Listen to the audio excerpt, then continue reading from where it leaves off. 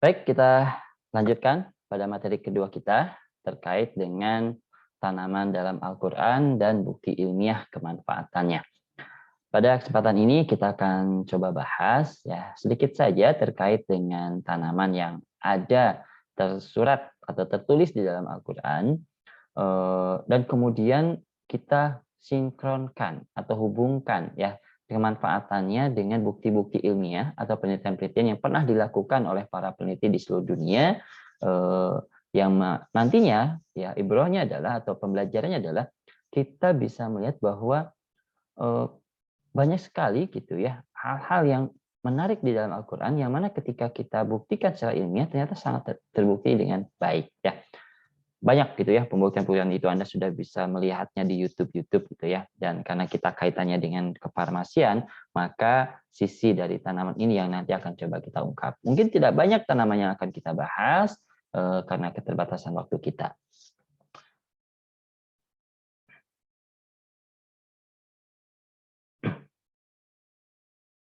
Nah kalau kita perhatikan di sini ya ada yang mungkin Anda di antara Anda yang hafal gitu ya dengan ayat ini ya. Dalam surat Al-Imran ayat 190 sampai 191. A'udzubillahi minasyaitonirrajim. Inna fi khalqis samawati wal ardi wa ikhtilafil laili wan nahari wa la ayatil liulil albab. Sungguhnya dalam penciptaan langit dan bumi dan silih bergantinya malam dan siang terdapat tanda-tanda bagi orang yang berakal. Di mana Allah itu sudah menciptakan banyak hal, ya, yang mana ciptaannya tersebut ini bagi mereka yang berakal, bagi mereka yang senantiasa bertafakur, maka ini adalah suatu bukti nyata terkait dengan eksistensi Allah. Suatu bukti nyata terkait dengan kekuasaan Allah. Dan akan lebih yakin lagi ketika kita memperdalam terkait dengan eksistensi tersebut, terkait dengan bukti-bukti tersebut. Kenapa? Karena ketika kita semakin memperdalam gitu ya ciptaan-ciptaan Allah, ya keilmuan dari ciptaan-ciptaan Allah, maka semakin kita yakin bahwa wah ini nggak mungkin dibuat oleh manusia. Misalkan ya, ketika kita membahas terkait dengan tanaman, kita bahas yang paling kecil aja dari tanaman itu yaitu sel. Ketika kita melihat sel, bagian dari sel itu adalah DNA dan RNA. Tahukah Anda, dari sel yang kecil itu ternyata di dalamnya termuat informasi seluruh informasi ya dari satu organisme, satu makhluk hidup. Hanya dari satu sel kecil. Buktinya apa?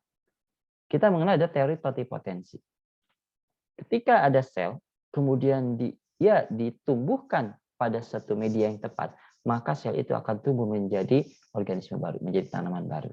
Nah, ini membuktikan bahwa di dalam sel ini ada satu materi genetik yang merupakan seluruh informasi dari satu organisme. Hanya dari satu sel. Dan kalau Anda perhatikan lagi, di dalam sel itu, ya materi genetik itu ada DNA. Dan DNA itu susunannya itu sangat-sangat untainya banyak, tapi sangat teratur. Ya.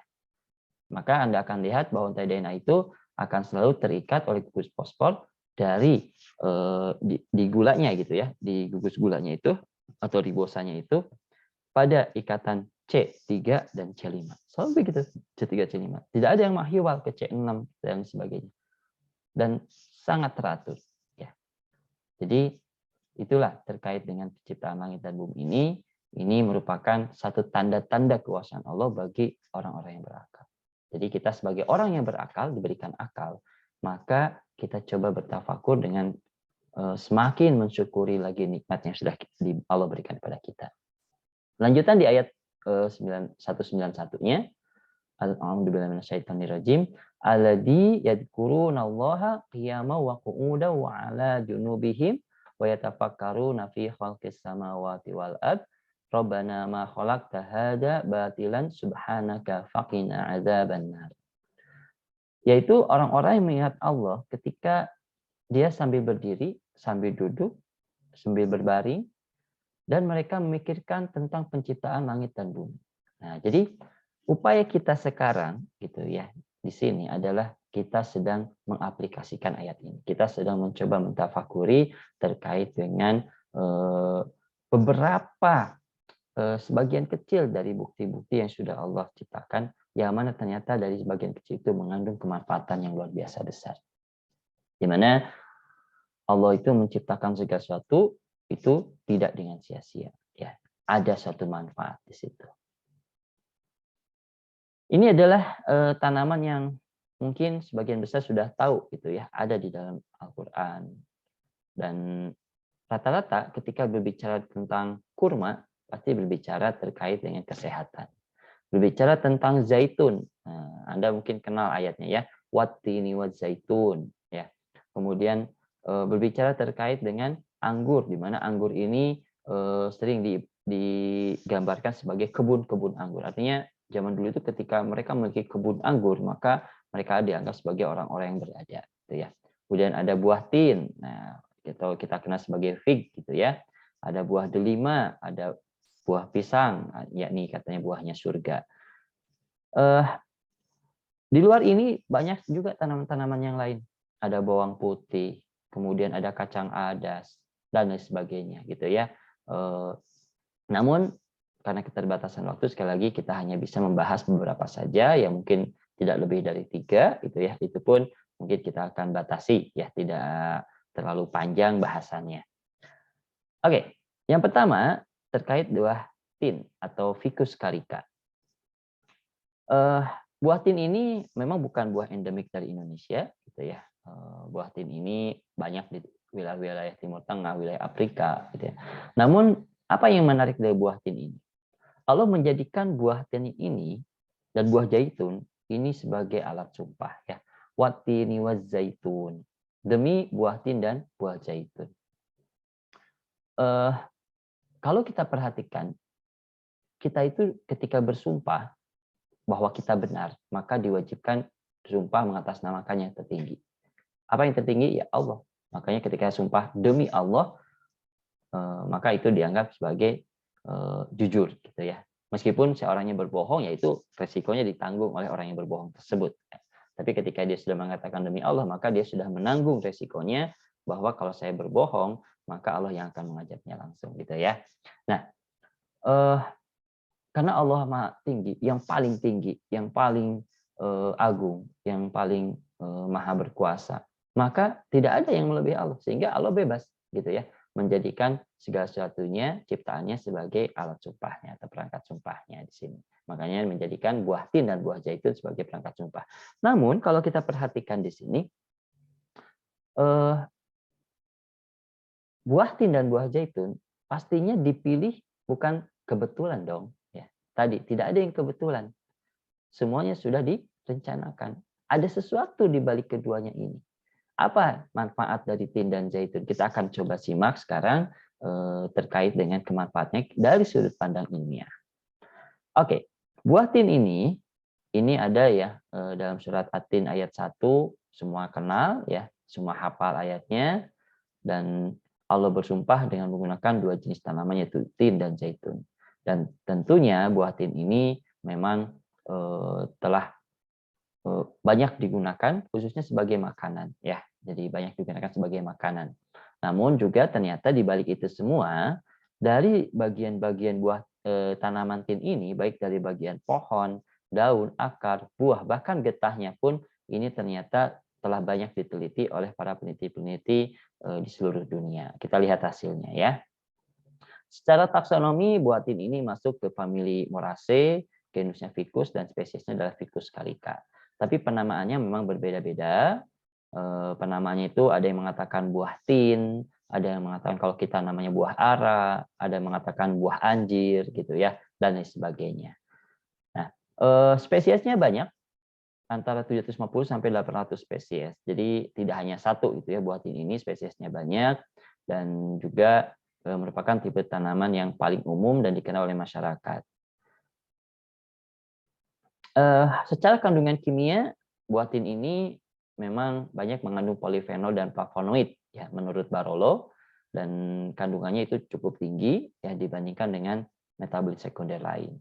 Dan pada bagian buah dan kulit ini juga sama ya, ada polifenol, flavonoid, juga ada tanin, odifenol, dan juga ada antosianin ya. Dan pada bagian getahnya selain polifenol, flavonoid, dan antosianin ini juga ada kalium, kalsium, fosfor, strontium, magnesium, zat besi, dan juga serat-serat yang tentunya kandungan-kandungan senyawa ini ya secara tidak langsung memiliki khasiat farmakologi. Nah, ini adalah penggunaan buah tin secara empiris, di mana buah tin ini sudah ada sejak puluhan ribu tahun lalu, ya. Dan buah tin ini oleh orang Himalaya, ya secara empiris digunakan untuk menyembuhkan gangguan penglihatan, juga sebagai laksan. Kemudian di TCM, Traditional Chinese Medicine, digunakan untuk mengatasi disentri dan enteritis. Kemudian di daerah Mediterania, ya Ficus carica ini atau buah tin ini dijadikan sebagai makanan. Makanya disebut sebagai the poor man's food. Ya, saya nggak tahu ya kenapa istilahnya menggunakan the poor man's food gitu ya. Namun di sini bisa dilihat bahwa dia sebagai makanan. Dan buah karika ini di pengobatan Yunani atau Yunani medicine atau pengobatan ala wilayah Uni Emirat Arab ya. Ini digunakan sebagai laksan, ekspektoran, dan juga diuretik. Kemudian banyak juga yang menggunakannya, ada juga yang menggunakannya sebagai untuk mengatasi lepra dan mimisan, ya. Kemudian antipiretik, afrodisiak, dan lain sebagainya. Di bagian akar juga ada yang menggunakan ini sebagai tonikum atau sebagai penguat tubuh, ya, menguatkan sistem imun. Kemudian juga bagian lateksnya ini digunakan sebagai ekspektoran, diuretik, antiemitik, dan sebagainya. Ini kajiannya secara empiris. Dan secara efek farmakologi, ya, saya menemukan kurang lebih ya ada 7 penelitian terkait dengan efek farmakologi dari buah tin dan efeknya memang berbeda-beda. Ada yang ke antibakteri, antioksidan, antiinflamasi, anti kanker, antipiretik, kesehatan tulang, dan juga anti diabetes. Kita akan bahas satu persatu secara singkat. Tujuannya apa? Ingin memperlihatkan sebenarnya bahwa berdasarkan penelitian ini memang sudah terbukti bahwa ada efek-efek ini gitu ya dari buah tin. Sebagai antibakteri, ini penelitiannya sudah dilakukan terhadap bagian daun, bagian buah, dan juga ada bagian akar sebenarnya ya, namun masih sedikit penelitiannya. Nah, yang paling banyak itu adalah bagian daun. Dan metode pengekstraksiannya ini ada yang menggunakan etanol, metanol, dan sebagainya. Dan bakteri yang bisa dihambat, kalau Anda perhatikan di sini banyak sekali. Ada Streptococcus mutan, Streptococcus sanguinis, Streptococcus sorbinus, dan sebagainya. Ya. Kemudian di sini juga ada Actinomycetes comitans, kemudian juga ada Klebsiella pneumonia, ada Bacillus cereus, kemudian juga ada Staphylococcus aureus, kemudian juga ada E. coli, dan lain sebagainya ya. Jadi Anda bisa lihat bahwa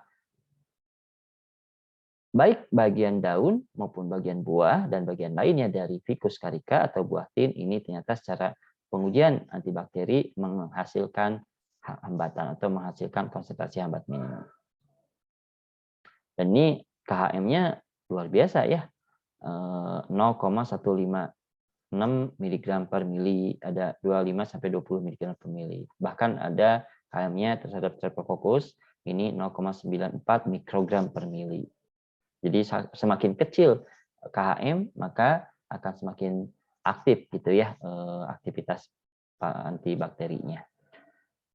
Nah, ini juga penelitian lain bahwa bagian daun dari tumbuhan Ficus carica diketahui memang paling banyak memberikan efek antibakteri dibandingkan bagian-bagian lainnya ya. Mungkin karena penelitiannya lebih banyak konsentrasinya di daun. Dan juga ekstrak daun Ficus carica ini aktif menghambat pertumbuhan bakteri Staphylococcus aureus yang resisten terhadap antibiotika penisilin. Jadi bahkan terhadap bakteri yang resisten terhadap antibiotik juga bisa dihambat oleh Ficus carica ini. Luar biasa ya, Masya Allah. Aktivitas tersebut kemungkinan disebabkan karena senyawa polifenol di dalam ekstrak mampu menembus membran bakteri sehingga mengganggu pertumbuhan bakteri. Disebabkan adanya senyawa metabolit sekunder di dalam Ficus carica, yakni polifenolat. Polifenolat ini bisa dia dari flavonoid, dari tanin, dan lain sebagainya. Baik, Ficus carica ini juga sebagai antioksidan. Kita tahu ya antioksidan ini memiliki banyak mekanisme aksi. ada yang dia menyerahkan satu elektronnya supaya si radikal bebas ini juga dia terpenuhi sehingga elektronnya tidak berpasangan menjadi berpasangan sehingga menjadi tidak aktif ya. Dan lain sebagainya ya. Nah, ini ada pengujian menggunakan FRAP dan DPPH ya, aktivitas antioksidan ini telah diuji dan semuanya memberikan hasil yang baik ya. Dan kita lihat di sini pengujinya ada Ivanov, ada Park, kemudian ada Ahmad dan sebagainya. Kemudian dengan ABST juga menghasilkan hasil yang baik. Aktivitas antioksidan pada setiap bagian virus karika dikaitkan dengan adanya senyawa polifenolat lagi, ya ada flavonoid dan juga tanin. Kemudian ada bagian daun dan lateks, diketahui ini sangat kaya akan kandungan polifenol dan flavonoid dan keduanya diketahui memiliki aktivitas antioksidan yang sangat kuat. Kemudian ada juga kandungan tokoferol atau vitamin E ya, yang juga merupakan senyawa yang diketahui bersifat antioksidan kuat. Berikutnya sebagai antiinflamasi. Nah, antiinflamasi ini apa gitu ya? Proses inflamasi pada dasarnya memang dibutuhkan ya sebagai salah satu respon imun. Kemarin pada saat terjadinya kasus COVID-19, salah satu yang terindikasi menyebabkan kematian itu sebenarnya adalah proses inflamasi yang berlebihan tentunya ya. Jadi ada respon tubuh yang berlebihan sehingga menyebabkan terjadi inflamasi. Inflamasi ini disebabkan karena ada pemicu, yakni ketika ada virus maka tubuh akan mengeluarkan sitokin. Sitokin ini yang nantinya akan memicu inflamasi. Makanya kita kenal ada istilahnya badai sitokin dulu ya. Mungkin Anda masih ingat. Coba Anda cek di website atau di Google terkait dengan badai sitokin itu apa. Oke, kita lihat buah tin ini ketahui memiliki aktivitas antiinflamasi yang ditandai dengan adanya penurunan produksi NO dan TNF-alfa.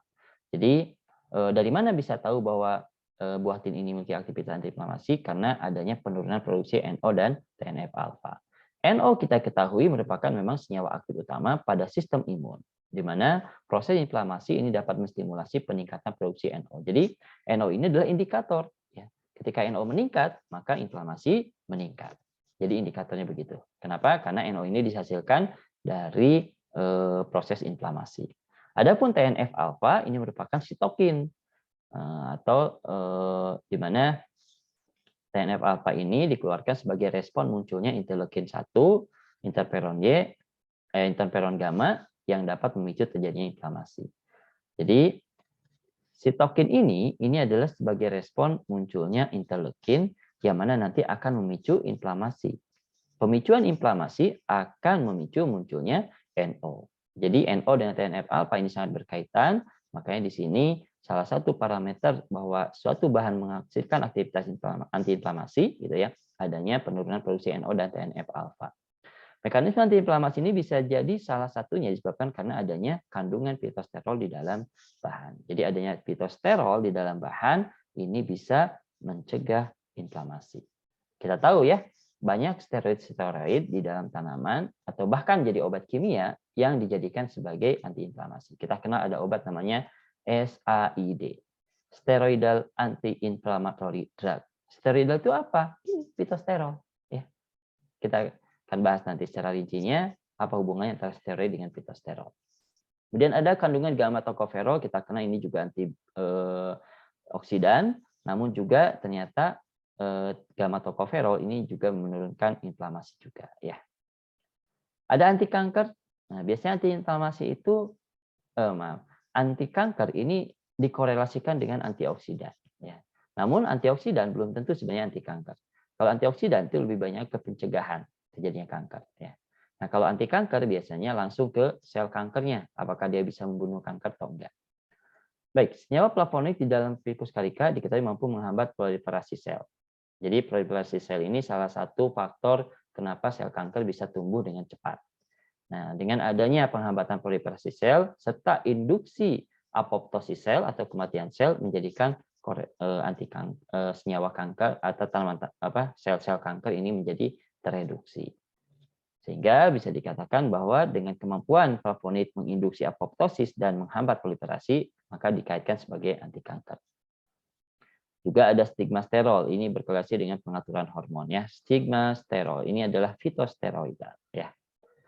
Kemudian sebagai antipiretik, ini juga sudah terbukti secara ilmiah, ada penelitiannya, di mana pada penelitian secara in vivo, secara signifikan mampu menurunkan suhu tubuh dan dikepalin dengan perbandingnya, yaitu paracetamol. Jadi penggunaan pil kalika untuk menurunkan demam dari hewan uji, itu ketika dibandingkan dengan paracetamol, itu bisa sebanding atau ekivalen. Ya. Kemudian untuk kesehatan tulang, ini tadi kita sudah lihat bahwa di dalam tanaman ini terdapat senyawa-senyawa mineral, ada kalsium, ada stronium dan sebagainya. Yang mana senyawa mineral ini kaitannya adalah dengan kesehatan tulang. Baik, itu terkait dengan buah tin, yang tentunya informasi yang tadi saya sampaikan itu adalah informasi yang sangat sedikit, ya. Yang mana kalau Anda sangat tertarik, silakan Anda gali kembali informasi tersebut, baik melalui jurnal-jurnal ilmiah maupun melalui sumber-sumber lainnya. Baik, yang berikutnya adalah zaitun atau Olea europaea. Kenapa ya europaea? Mungkin karena dia tumbuh di daerah Eropa mungkin. Nah, nanti kita lihat ya. Zaitun ini juga sama seperti halnya buah tin, ini dijadikan sebagai alat sumpah oleh Allah. Dan dari zaitun ini juga banyak ayat-ayat menceritakan terkait dengan kemanfaatannya. Ya, ini contohnya dalam surah Al-Mu'minun ayat 20, Allah berfirman, dan kami tumbuhkan pohon zaitun yang tumbuh dari gunung Sinai, yang menghasilkan minyak dan bahan pembangkit selera bagi orang-orang yang makan. Artinya apa? Dari pohon zaitun itu menghasilkan minyak. Nah, minyak apa ini? Ternyata minyak yang dihasilkan adalah minyak nabati, dan minyak nabati ini sebagai pembangkit selera bagi orang-orang yang makan. Kalau Anda perhatikan, ya, chef-chef atau koki-koki profesional, ketika mereka mengolah makanan-makanan dengan bahan-bahan yang premium atau bahan-bahan yang bermutu tinggi, mereka tidak menggunakan minyak sembarangan. Mereka biasanya menggunakan minyak zaitun. Kenapa menggunakan minyak zaitun? Karena dengan minyak zaitun ternyata memang bisa menghasilkan aroma yang lebih baik dan meningkatkan selera makan dari si pemakan, dari konsumen dari koki tersebut. Dan ini terbukti ya. Anda coba perhatikan, ketika memasak, sebagian besar menggunakan minyak zaitun. Gitu. Ini adalah ayat lain terkait dengan zaitun. Alhamdulillahirrahmanirrahim. Saya bacakan langsung artinya ya, surat An-Nahl ayat 11. Dia menumbuhkan bagi kamu dengan air hujan itu tanaman-tanaman, yakni zaitun, kurma, anggur, dan segala macam buah-buahan. Sungguhnya pada yang demikian itu benar-benar ada tanda kekuasaan bagi kaum yang memikirkan. Jadi ada tanda kekuasaan Allah dari zaitun, kurma, anggur ketika kita memikirkan. Artinya memikirkan itu gimana sih? Ngelamun atau gimana? Tidak hanya melamun ya, tapi memikirkan itu dengan cara kita mengeksplorasi. Kita memikirkan itu dengan cara ini ada kurma, kok ada bijinya, kemudian bijinya itu tidak ditempeli oleh si daging buahnya. Kira-kira apa yang menyebabkan tidak nempel? Dan dari kurma ini kok dia warnanya misalkan ada yang hitam, ada yang coklat tua, ada yang agak kemerahan, kok beda-beda? Kemungkinan senyawanya berbeda. Kok bisa senyawa berbeda? Oh, ada mekanisme biosintesis yang berbeda. Nah, itu definisi memikirkan ya. Jadi bukan artinya ngelamun, mikirin, nah itu beda ya. Oke. Zaitun sendiri, ya, ini merupakan jenis pohon kayu yang berumur ratusan tahun. Jadi berupa pohon sebenarnya ya. Dan zaitun ini memang kalau dari buahnya ini tidak enak sebenarnya dimakan ya. Makanya jarang orang makan buah zaitun. Orang banyak memanfaatkan terkait dengan minyaknya ya. Nah, dari buah zaitun ini menghasilkan minyak yang pada umumnya memang juga digunakan sebagai bahan makanan. Mutu minyak zaitun juga melebihi minyak-minyak lain, bahkan disinyalir minyak zaitun ini juga menghasilkan efek farmakologi yang baik. Biasanya dia bisa menurunkan konsentrasi LDL dalam tubuh kita dan meningkatkan HDL. Kebayang, HDL dan LDL ini adalah komponen yang bisa mengatur kolesterol dalam tubuh. Ketika HDL-nya dinaikkan, maka kolesterol akan lebih banyak dikeluarkan dari sel masuk ke dalam hati di metabolisme sehingga kolesterol turun. Dari sini kita bisa melihat, oh ternyata untuk menangani kolesterol dalam tubuh bisa menggunakan minyak lemak. Ya. Padahal kita sebelumnya terstigma bahwa yang namanya lemak itu nggak bagus, bahwa yang namanya lemak itu dia bisa menghasilkan penyakit. Tar dulu ya, lemak yang mana yang dimaksud? Atau di sini bisa terjawab jelas bahwa ternyata minyak lemak dari minyak zaitun ini disinyalir bisa menghasilkan efek farmakologi, yaitu membantu terapi penderita hiperkolesterolemia ya. Ini akan kita bahas detailnya nanti ya di pertemuan setelah UTS.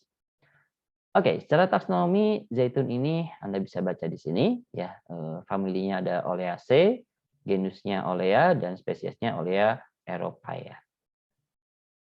Penamaannya macam-macam ya. Di setiap daerah berbeda-beda dan ternyata produsen terbesar minyak zaitun itu adalah Spanyol, Italia dan Yunani.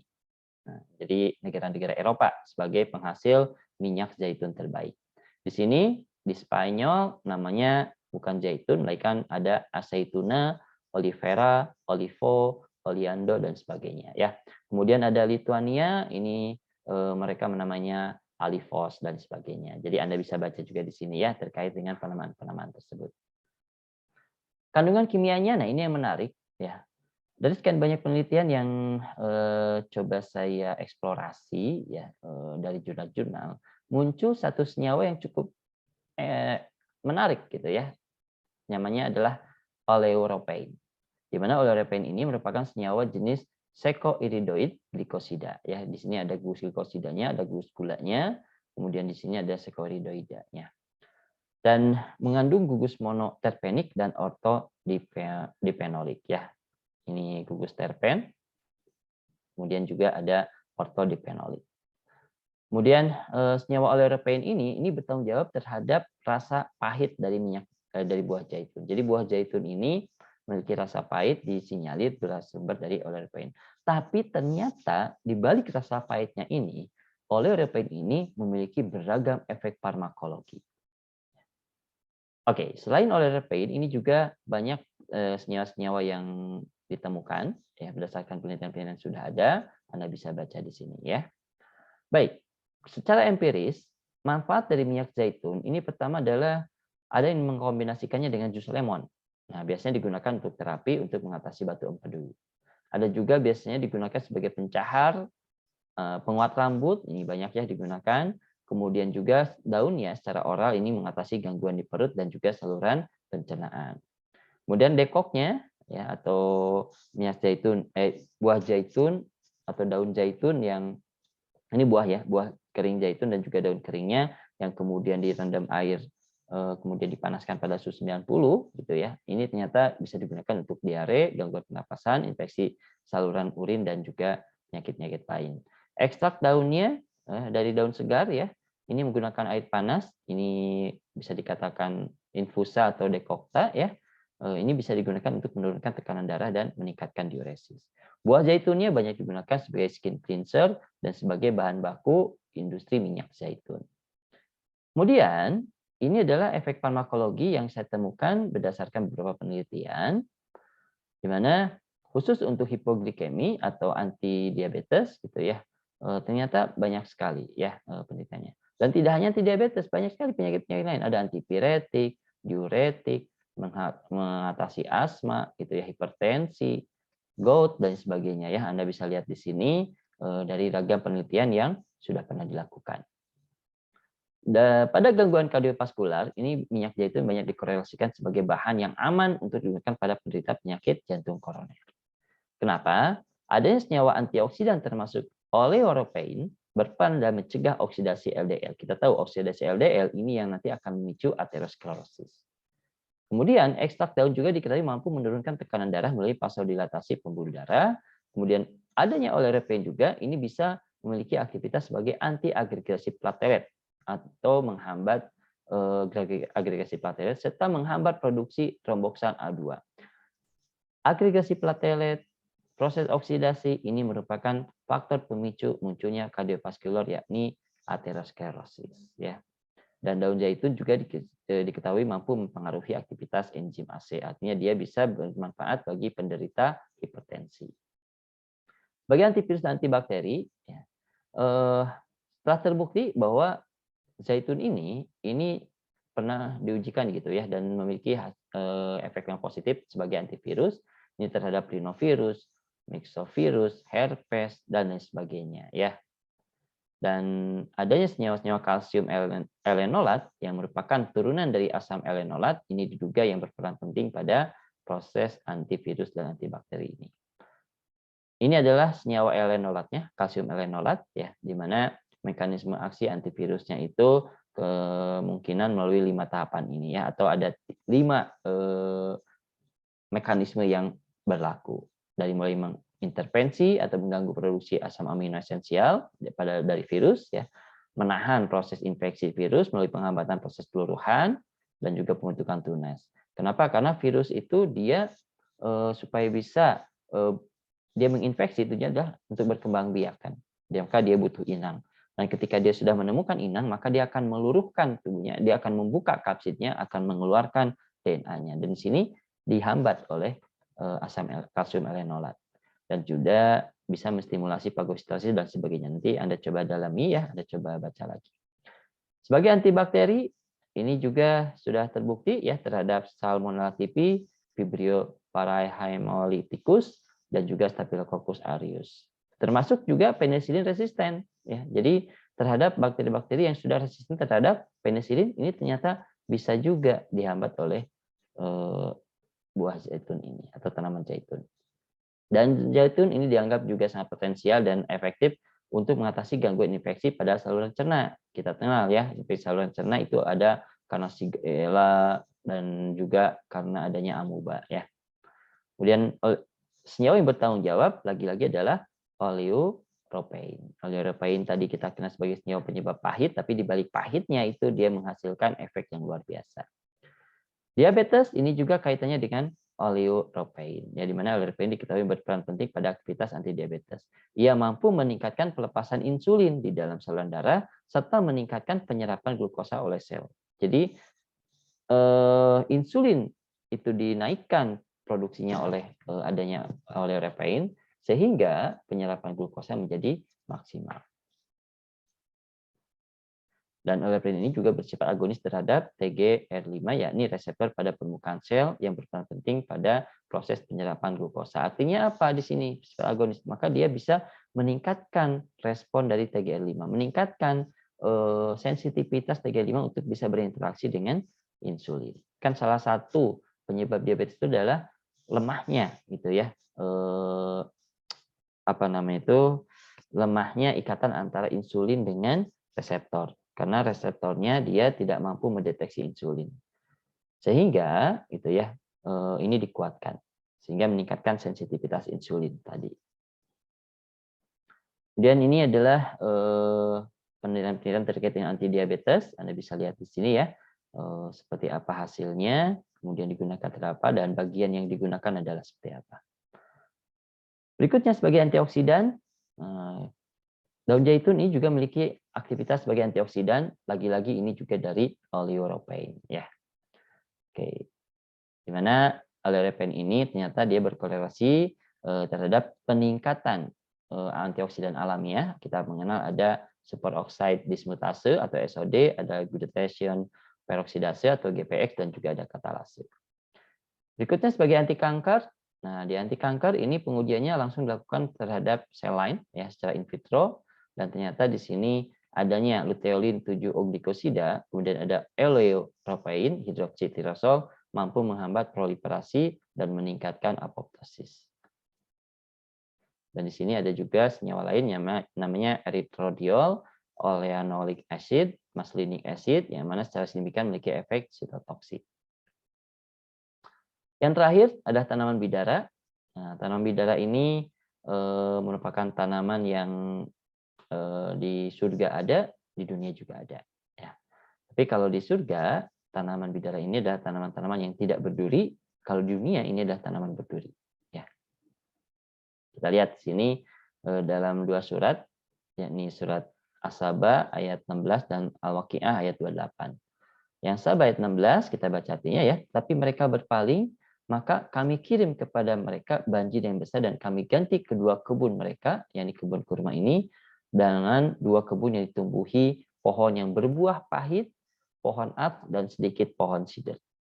Jadi pohon sider ini menggantikan pohon-pohon yang sebelumnya Allah karuniakan kepada mereka-mereka yang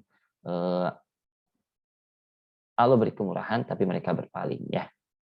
Dan ternyata di surga juga ada nih surah Al-Waqiah ayat 28, di mana penduduk-penduduk surga nanti akan duduk-duduk santai-santai gitu ya. Mereka berada di antara pohon bidara yang tidak berduri.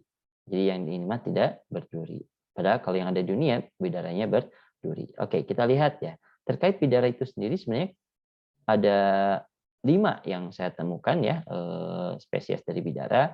Ada bidara Arab, Cina, Upas, Laut, Futsal, dan mungkin lebih dari 5 sebenarnya ya, ada 85 spesies. Namun yang akan kita bahas mungkin hanya 1 di sini ya. Penggunaan empiris bidara. Nah, bidara ini kalau di Arab Saudi banyak digunakan secara empiris untuk menangani beberapa masalah seperti percepatan luka, gangguan saluran cerna dan sebagainya. Di Uyghur sendiri gitu ya, di mana Uyghur ini menghasilkan tradisional Uyghur medicine yang di dalamnya terdapat 10 macam herbal, salah satunya adalah bidara. Dan ini ternyata bisa mengatasi gangguan kronis. Ini kandungan kimianya dari bidara ya. Anda bisa baca banyak sekali. Dan bidara ini Rasulullah juga pernah menganjurkan ya terkait dengan penggunaan daun bidara. Pertama untuk seorang mualaf, jadi orang yang baru masuk Islam, dianjurkan untuk mandi menggunakan air yang dicampur dengan daun bidara ya.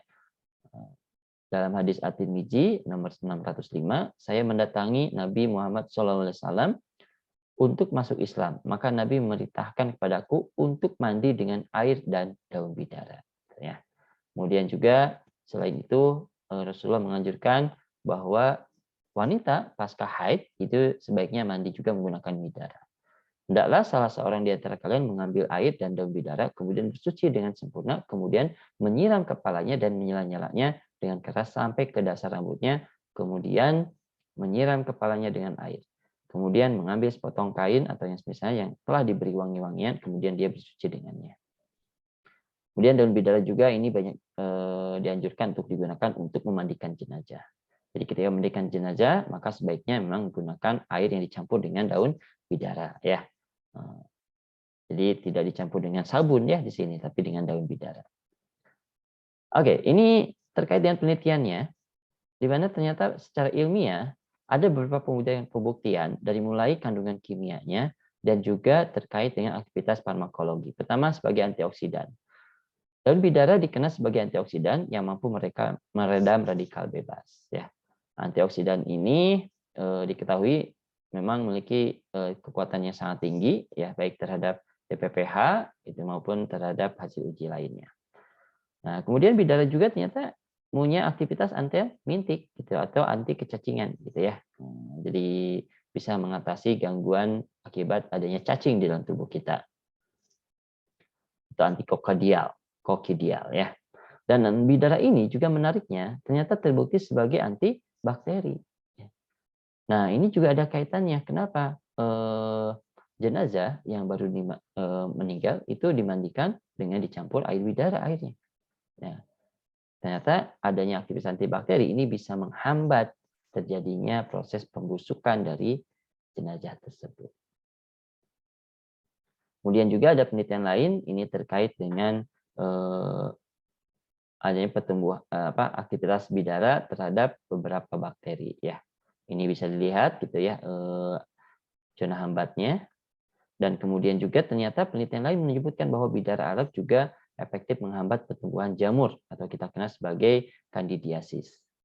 Nah, di mana penyakit kandidiasis ini banyak dihinggapi oleh kita yang ada gangguan di mulut, misalkan ataupun untuk para wanita itu ataupun laki-laki biasanya di selangkangan gitu ya, ataupun wanita itu biasanya di area vitalnya seperti itu.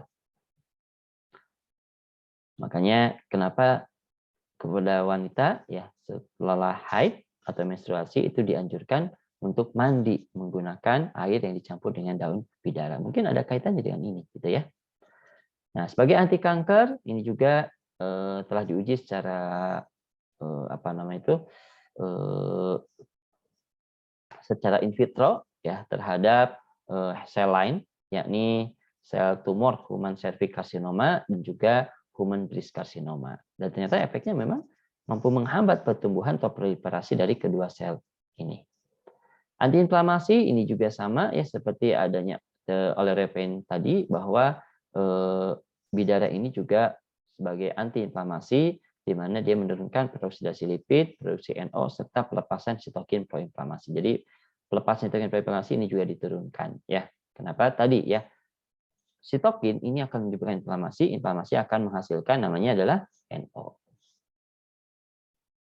Anti diabetes ini juga sudah banyak diteliti, di mana anti diabetes daun bidara ini bisa menurunkan kadar glukosa darah setelah meningkatkan kadar insulin dalam darah, khususnya pada penderita diabetes tipe 2. Kemudian, nah ini terakhir kita ada tugas, tapi tugasnya ini sudah saya simpan ya di e-kuliah, jadi Anda tinggal mengisi saja di e-kuliah dalam bentuk forum. Silakan Anda cari satu jenis tanaman saja, apakah dalam Al-Quran atau dalam hadis, kemudian Anda kemukakan sisi manfaatnya. Ya. Kemudian Anda kemukakan sisi manfaatnya. Gimana cara mengungkapkannya? Anda cari jurnal-jurnal atau artikel-artikel ilmiah dalam bahasa Indonesia ataupun bahasa Inggris, utamakan bahasa Inggris ya, jurnal internasional, yang di dalamnya memang munculkan terkait dengan khasiatan dari tanaman yang Anda temukan dalam Al-Quran. Misalkan Anda menemukan pisang tadi ya, silahkan dibahas. Tapi batasannya adalah tanaman sudah dibahas di sini, ada 3 ya. Ada bidara, ada zaitun, kemudian ada buah tin, itu tidak boleh lagi dibahas. Ya, cari bahasan yang lain.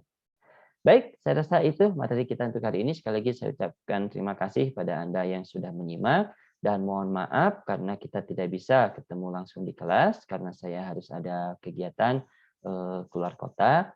Namun insya Allah minggu depan kita akan ketemu tatap muka. Sekian, wassalamualaikum warahmatullahi wabarakatuh.